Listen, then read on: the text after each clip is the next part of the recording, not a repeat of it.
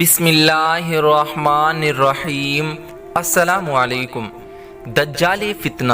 حدیث میں ہے کہ کوئی نبی اور رسول ایسا نہیں گزرا جس نے اپنی قوم کو دجال کے فتنے سے خبردار نہ کیا ہو، کیونکہ یہ فتنہ ایک مومن کے لیے سخت ترین امتحان ہوگا، اور پوری انسانی تاریخ میں اس فتنے سے بڑا کوئی فتنہ نہیں ہے۔ دوسری طرف اس لفظ بأساً شدیداً کو اگر خاص طور پر جنگ کے معنی میں لیا جائے تو اس سے الملحمۃ العظمیٰ مراد ہے، اور اس کا تعلق بھی فتنہ دجال ہی سے ہے۔ کتب احادیث اور بہت سی کتابوں وغیرہ میں اس خوفناک جنگ کا ذکر بہت تفصیل سے ملتا ہے۔ عیسائی روایات میں اس جنگ کو ہرمجدون کا نام دیا گیا ہے۔ بہرحال حضرت مسیح کے تشریف لانے اور ان کے ہاتھوں دجال کے قتل کے بعد اس فتنہ یا جنگ کا خاتمہ ہوگا۔ بہت سی احادیث مبارکہ میں ہمیں وضاحت بھی ملتی ہے کہ دجال فتنے کے ساتھ سورۃ الکہف کی ایک خاص مناسبت ہے، اور اس فتنے کے اثرات سے محفوظ رہنے کے لیے اس سورہ کے ساتھ ذہنی اور قلبی تعلق قائم کرنا بہت مفید ہے۔ اس مقصد کے لیے احادیث میں جمعے کے روز سورۃ الکہف کی تلاوت کرنے کی تلقین فرمائی گئی ہے، اور اگر پوری سورت کی تلاوت نہ کی جا سکی تو کم از کم اس کی ابتدائی اور آخری آیت کی تلاوت کرنا بھی مفید بتایا گیا ہے۔ یہاں پر دجالی فتنے کی حقیقت کے بارے میں کچھ وضاحت بھی ضروری ہے۔ دجال کے لفظی معنی دھوکہ اور فریب کے ہیں۔ اس مفہوم کے مطابق دجال ایسے شخص کو کہا جاتا ہے جو بہت بڑا دھوکے باز ہو، جس نے دوسروں کو دھوکہ دینے کے لیے جھوٹ اور فریب کا لبادہ اوڑھ رکھا ہو۔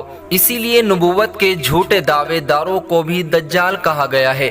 چنانچہ نبی اکرم نے جس 30 دجالوں کی پیدائش کی خبر دی ہے، ان سے جھوٹے نبی ہی مراد ہے۔ دجالیت کی اس عمومی مفہوم کو مد نظر رکھا جائے تو آج کے دور میں مادہ پرستی بھی ایک بہت بڑا دجالی فتنہ ہے۔ آج لوگوں کے اذہان و قلوب، نظریات و افکار اور اخلاق و اقدار پر مادیت کا اس قدر غلبہ ہو گیا ہے کہ انسان اللہ کو بھول چکا ہے۔ آج وہ مسبب الاسباب کو بھول کر مادی اسباب پر توکل کرتا ہے۔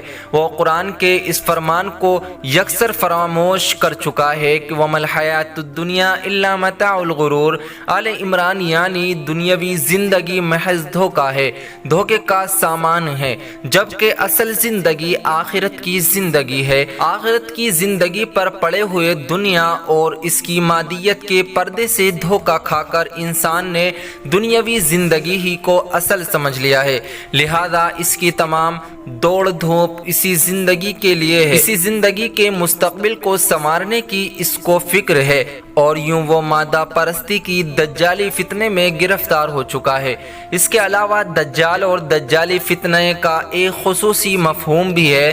اس مفہوم میں اس سے مراد ایک مخصوص فتنہ ہے جو قرب قیامت کے زمانے میں ایک خاص شخصیت کی وجہ سے ظہور پذیر ہوگا۔ اس بارے میں کتب احادیث میں بڑے تفصیل موجود ہیں، لیکن بعض روایات میں کچھ پوشیدگیاں بھی ہیں اور تضادات بھی۔ ان کو سمجھنے کے لیے اعلیٰ علمی سطح پر غور و فکر کی ضرورت ہے، کیونکہ ظاہری طور پر نظر آنے والے تضادات میں مطابقت کے پہلو کو تلاش کرنا اہل علم کا کام ہے۔